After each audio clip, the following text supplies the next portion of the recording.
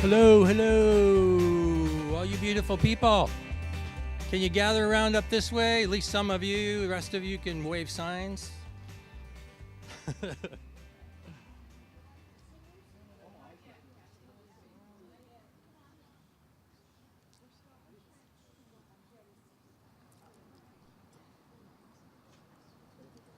All right.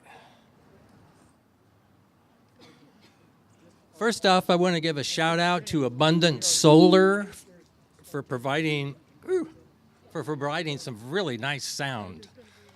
Yay, Abundant Solar. And next, we'd like to have Ken Running Crane do a blessing prayer for us. Can you hear me? Okay. I'll try to talk loud. Hello, hello.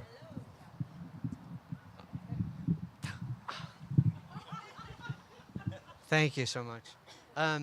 Before we get started, I just want to say one thing.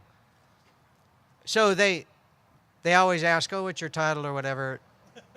It really doesn't matter because it's not about one person or anyone. It's about everybody here that's been doing this through multiple administrations, something that I really like, seeing how I don't really agree with either party. But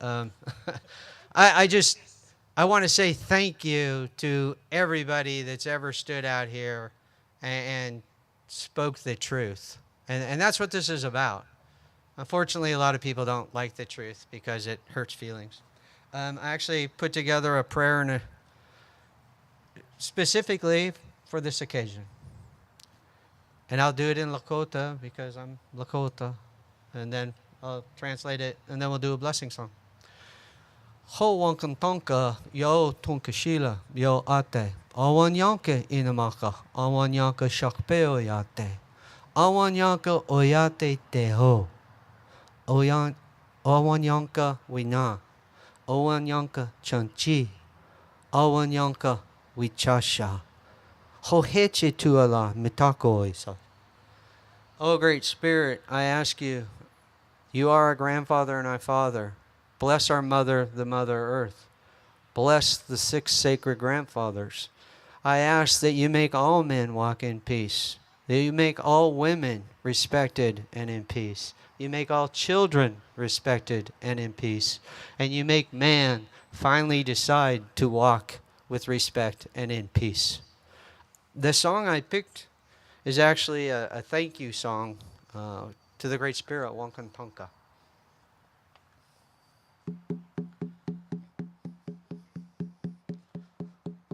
Ate wankan tonka he awelo he. Ate wankan tonka he awelo he. Ate wankan tonka ushimala yo. Oyate jane chingelo. He awani ya hello. Ate wankan tonka he awelo he. Ate wankan tonka he awelo he. Ate wankan tonka ushimala yo. Oyate zane chingelo. He awani ya hello. Ate wankan tonka ushimala yo. Oyate zane chingelo. He awani ya hello. Ate wankan tonka he awelo he. Ate wankan tonka he awelo he. Ate wankan tonka ushimala yo. Oyate zane chingelo. He awe ya hello. Ate wankan tonka ushimala yo. Oyate zane chingelo. He awani ya hello. Basically, we just sang and asked the Great Spirit to make all of us walk in blessing and in peace. And thank you for having me.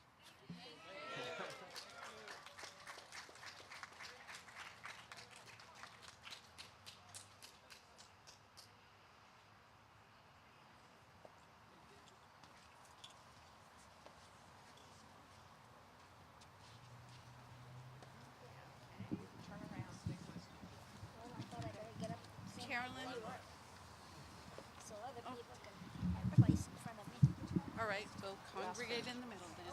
I need you to be close. Okay. Me. She knows. She doesn't know how far back it sticks out. Okay. What are we gonna say? This is the day. This is the day. 1, 2, 3.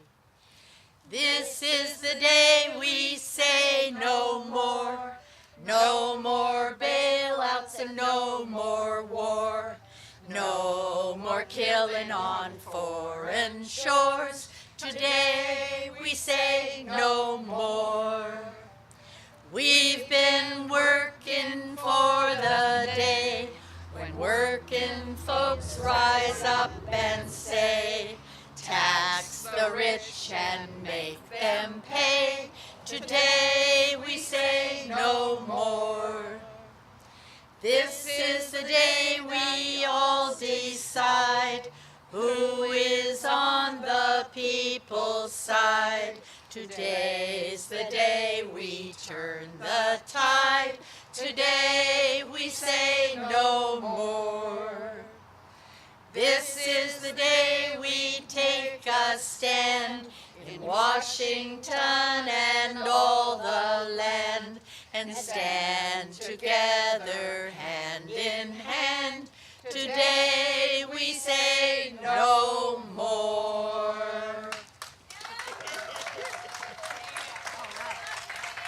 Okay. Coming down. Hold on. See if I can follow my face.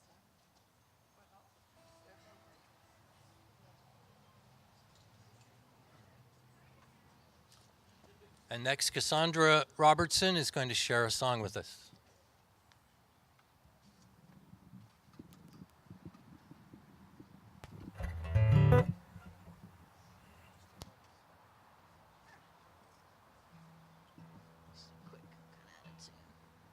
And it's her birthday.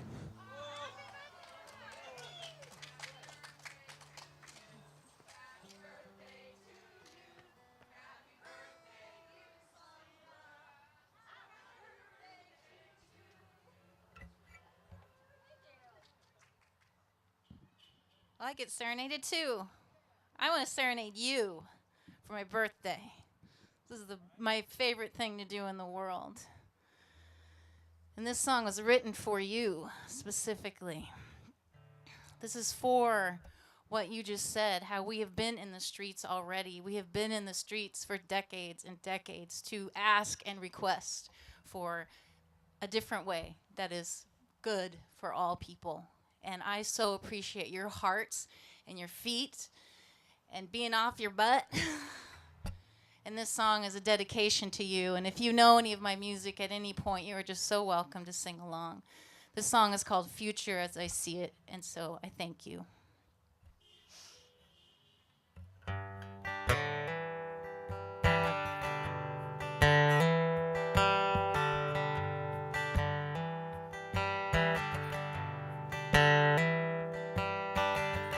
Here's to the ones who've come before us. Here's to the ones who come next. Here's to the ones who left a legacy of a life lived well, with nothing left.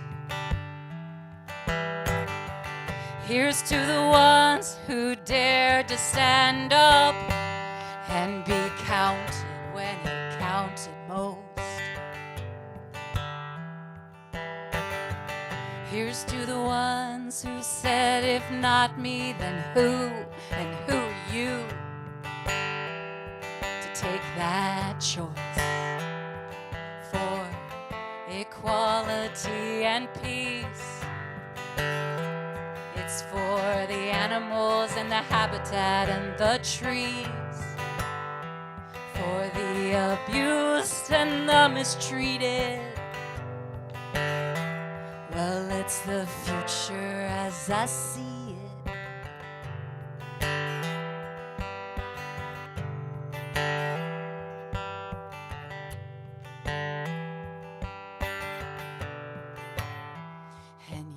speak for those who have no voices, and you stand for those who cannot walk, and you rise when everything has fallen, and you stay solid as a rock.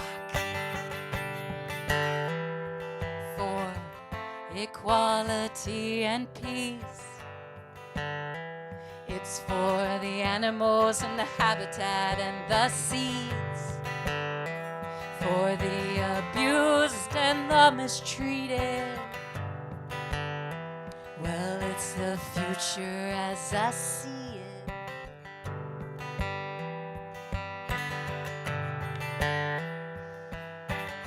And here's to those who felt forgotten, and to those we love who risk it all. Here's to those who felt they'd fallen, and to those who just wish upon a falling star. For equality and peace, it's for the animals and the habitat and the bees, for the abused, the diseased and mistreated. Well, it's the future as I see it.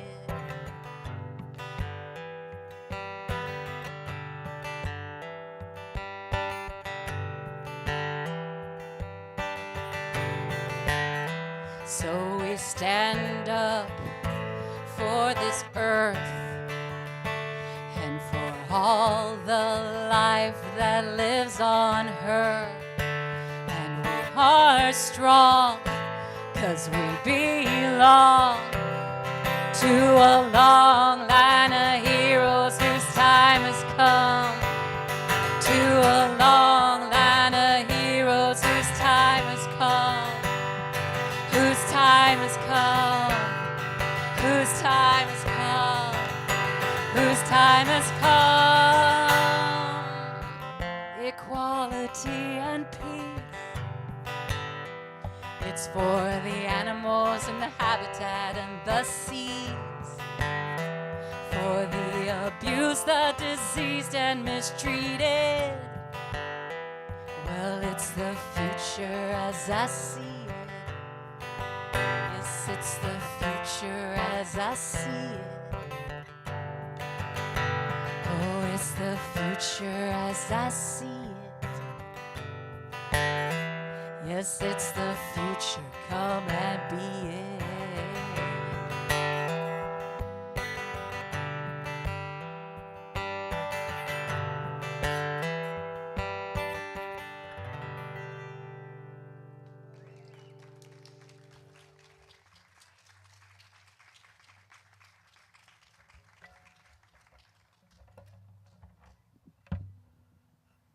Does that come out? Oh well. How do I get that out of there? Okay, thank you. Okay, before we begin the readings from Martin Luther King's speech of 50 years ago, I'd like to honor another much longer running action for peace. One that's believed to be one of the longest running vigils in the world. That vigil is held right here every day.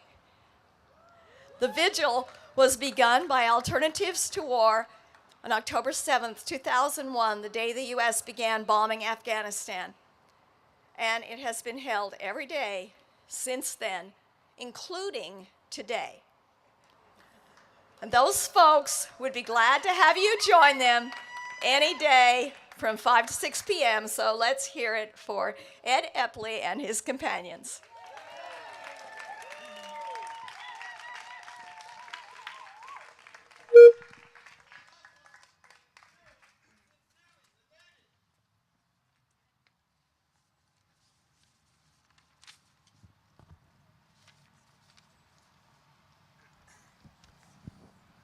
All right. This week marks 2 anniversaries in relationship to war. One being on Thursday, and that's the 100th year anniversary of when the United States declared war on Germany. The second is that 50 years ago, today, on April 4th, 1967, Dr. Martin Luther King Jr. delivered his Beyond Vietnam speech to a group of clergy and laity opposed to the war in Vietnam. In his speech, he denounces the scourges of poverty, racism, and militarism, which I believe is the true axis of evil. Exactly 1 year later, on April 4th, 1968, he was assassinated in Memphis, Tennessee, while organizing alongside black sanitation workers and preparing to launch the Poor People's Campaign. It's been 50 years today. It's been 50 years, and the U.S. is still at war in many countries. I saw a sign with some numbers on it. Now, number 45 wants to increase military spending to over 60% of the federal discretionary budget. While, say boo, yeah. While gutting domestic spending on programs that serve the American people. Last weekend's news revealed that week by week and country by country, the Pentagon is quietly seizing more control over warfare decisions. The Pentagon, more and more. It's been sending troops to war in hundreds, week by week, rather than by thousands, so as to not catch the public's eye, and with little public debate. And they keep seeking and getting greater and greater authority. And then yesterday, Defense Secretary Mattis said that he was going to propose this week for the U.S. to enter into directly engage, that's what he said, directly engage in U.S. military action in Yemen. And I will finish my part, and Bart, you'll be next, with a quote from Dr. Martin Luther King. He said, "Injustice anywhere is a threat to justice everywhere." Everywhere.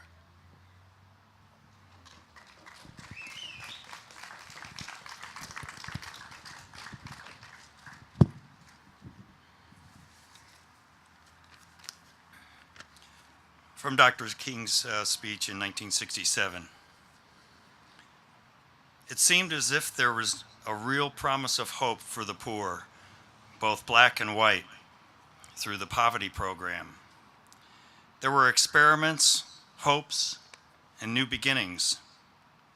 Then came the buildup in Vietnam, and I watched this program broken and eviscerated as if it were some idle political plaything of a society gone mad on war.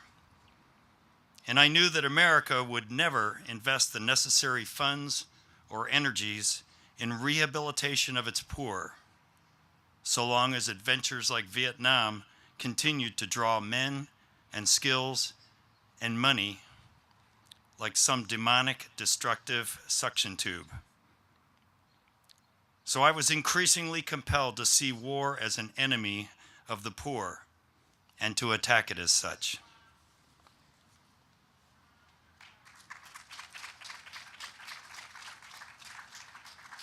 Somebody keeps putting my microphone back.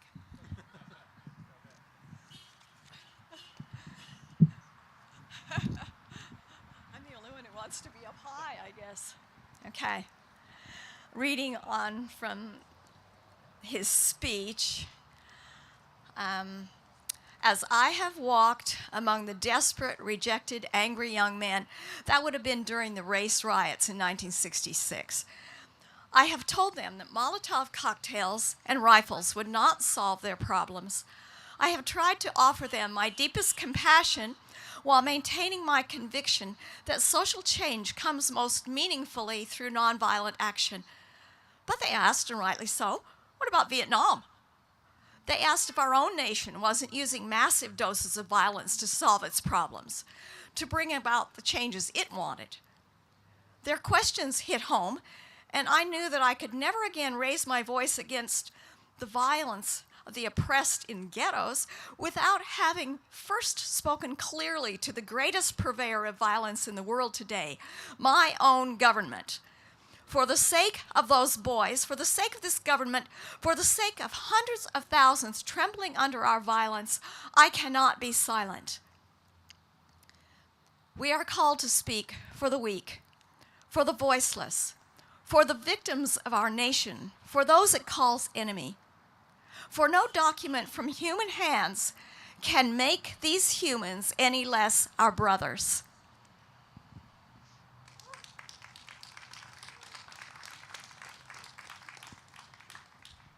Thank you. I am convinced that if we are to get on to the right side of the world revolution, we as a nation must undergo a radical revolution of values.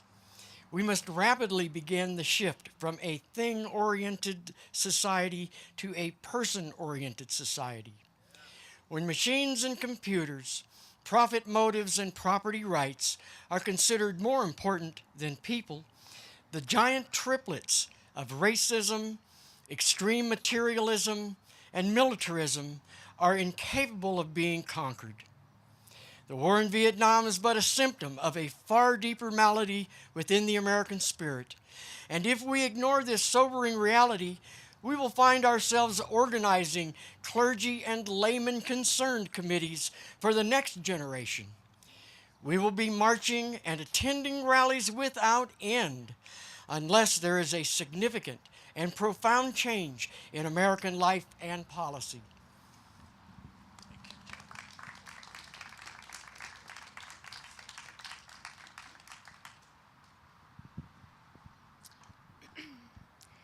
We can no longer afford to worship the god of hate or bow before the altar of retaliation.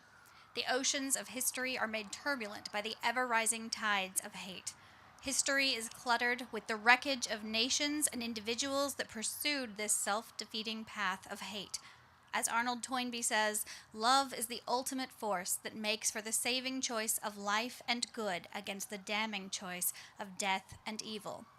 Therefore, the first hope in our inventory must be the hope that love is going to have the last word. We still have a choice today: nonviolent coexistence or violent co-annihilation. We must move past indecision to action. We must find new ways to speak for peace in Vietnam and justice throughout the developing world, a world that borders on our doors. If we do not act, we shall surely be dragged down the long, dark, and shameful corridors of time, reserved for those who possess power without compassion, might without morality, and strength without sight.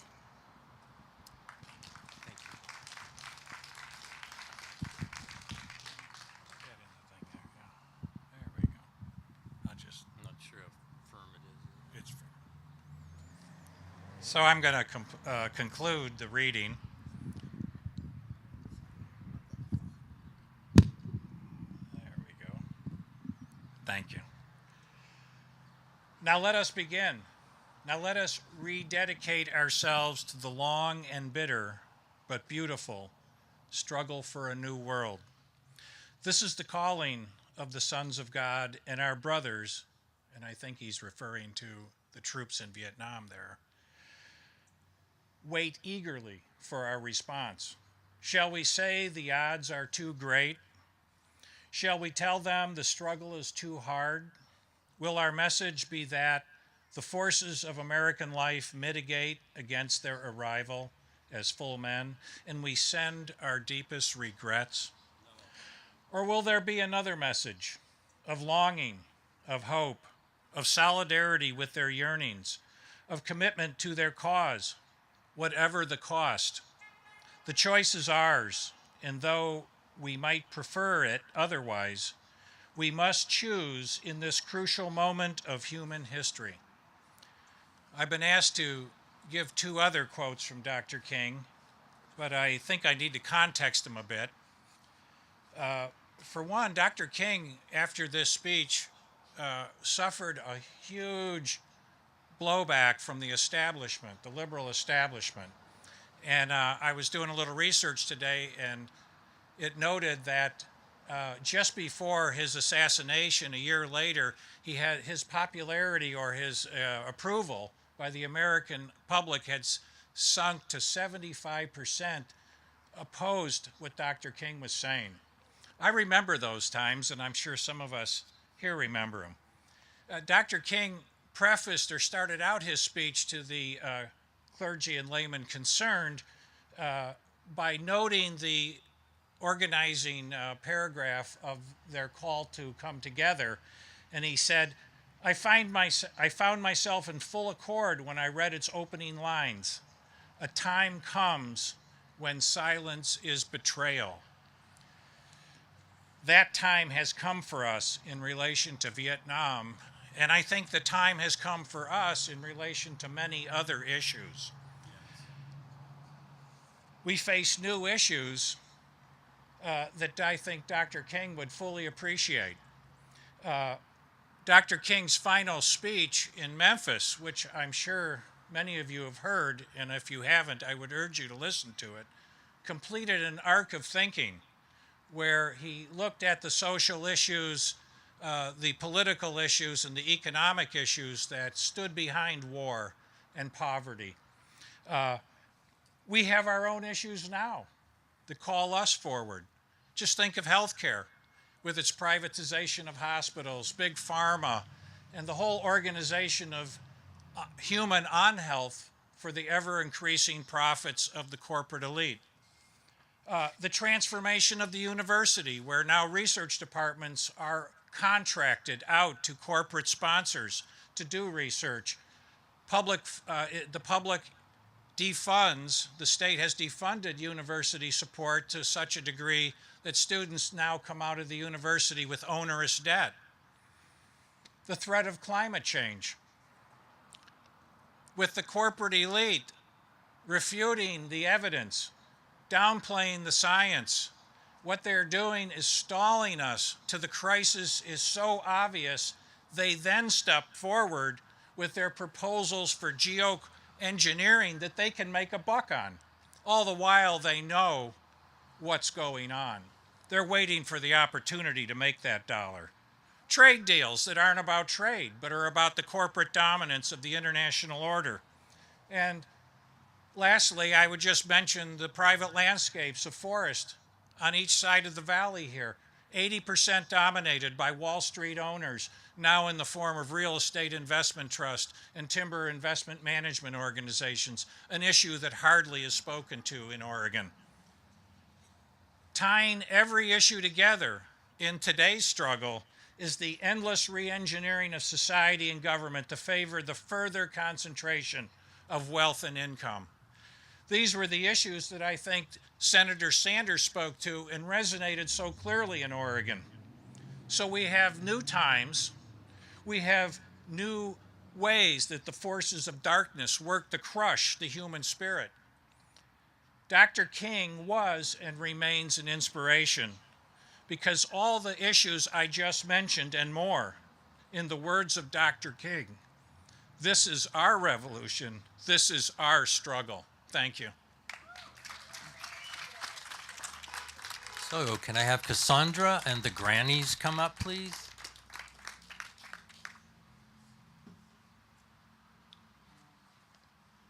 And after the Grannies are done, we would like everybody to come up front so they can get some pictures, okay?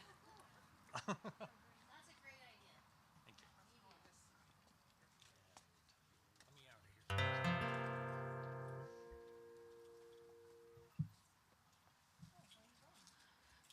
So you guys don't know this song yet, but I'm going to get everyone singing and I'll teach you as we go. Oh my goodness. That was deep stuff.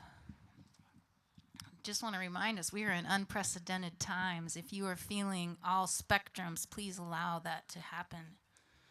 Let's be gentle on ourselves and kind to each other. This is not the direction I thought we were going to go. This is a new chant I'm trying to write, or it's a sing-along.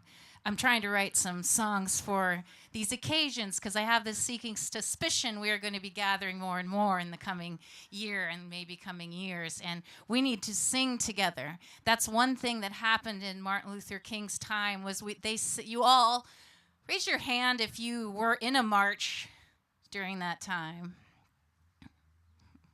Thank you.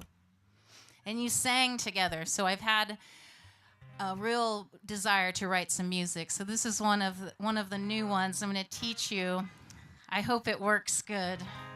I always write music that is envisioning what we want. So as we are singing, we are telling the gods and the earth and everyone around us what we are creating. So we're helping to create the future we wish for. So this song is in about it has 4 verses. You sing the same thing every time except for one line is different, and I'll call out that line. The one thing we sing the same every time is this.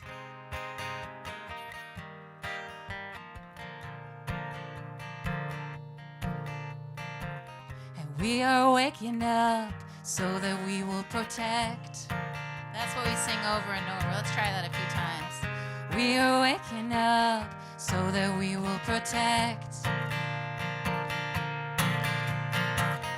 We are waking up so that we will protect. One more time, I think you got it though. We are waking up so that we will protect. Okay, the first line is the earth and the water and the life it sustains. Here we go.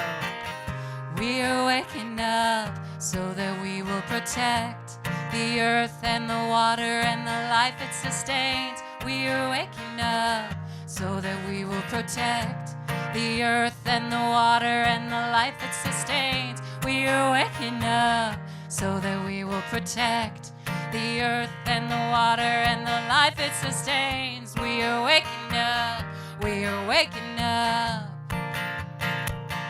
We are waking up, we are waking up, we are waking up. All right, same thing, but the new line is the poor and the hungry and the disadvantaged. We are waking up so that we will protect the poor and the hungry and the disadvantaged. We are waking up so that we will protect the poor and the hungry and the disadvantaged. We are waking up so that we will protect the poor and the hungry and the disadvantaged. We are waking up, we are waking up. We are waking up, we are waking up, we are waking up. The next one is the babies and their children. It's their future at stake. We are waking up so that we will protect the babies and their children. It's their future at stake. We are waking up so that we will protect the babies and their children. It's the future at stake. We are waking up so that we will protect the babies and their children. It's their future at stake. We are waking up. We are waking up. We are waking up. We are waking up. We are waking up. And the last one is so that we may protect me and you and all the things we hold dear.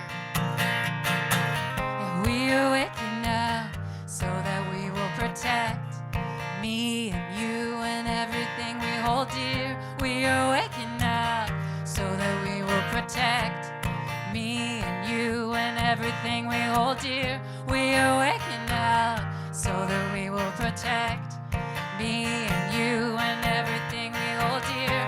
We are waking up. We are waking up. We are waking up. We are waking up. We are waking up. And we are waking up. We are waking up. We are waking up. Okay, with everything you got in you, let's do it. Waking up. We are waking up. We are waking up. Ooh. Good job. Good.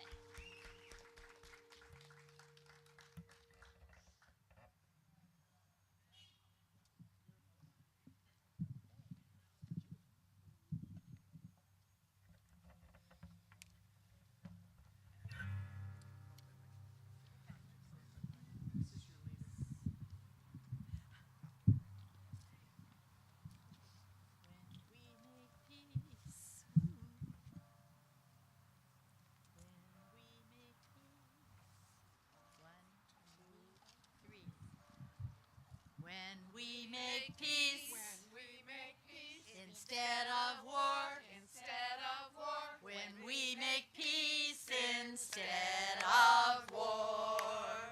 Oh, I want to be in that number when we make peace instead of war. When all the world has human rights, when all the world has human rights. Oh, I want to be in that number when all the world has human rights. When justice rules instead of fear, when justice rules instead of fear. Oh, I want to be in that number when justice rules instead of fear. When all the courts uphold the law, when all the courts uphold the law. Oh, I want to be in that number when all the courts uphold the law. When lives are free, of want and need, when lives are free of want and need. Oh, I want to be in that number when lives are free of want and need. When we stand up for what is right, when we stand up for what is right. Oh, I want to be in that number when we stand up for what is right. When we make peace instead of war, when we make peace instead of war. Oh, I want to be in that number when we make peace instead of war.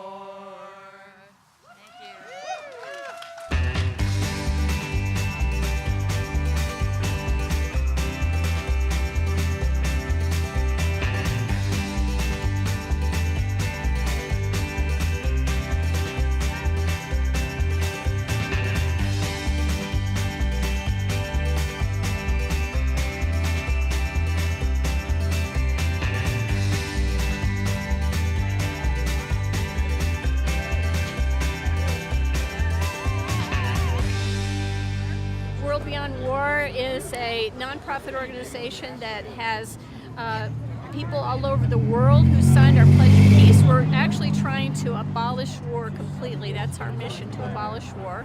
And we have 50,000 people from 151 countries have signed our Pledge of Peace. So we're really excited about our outreach and the potential for the activism we can do with people all over the globe.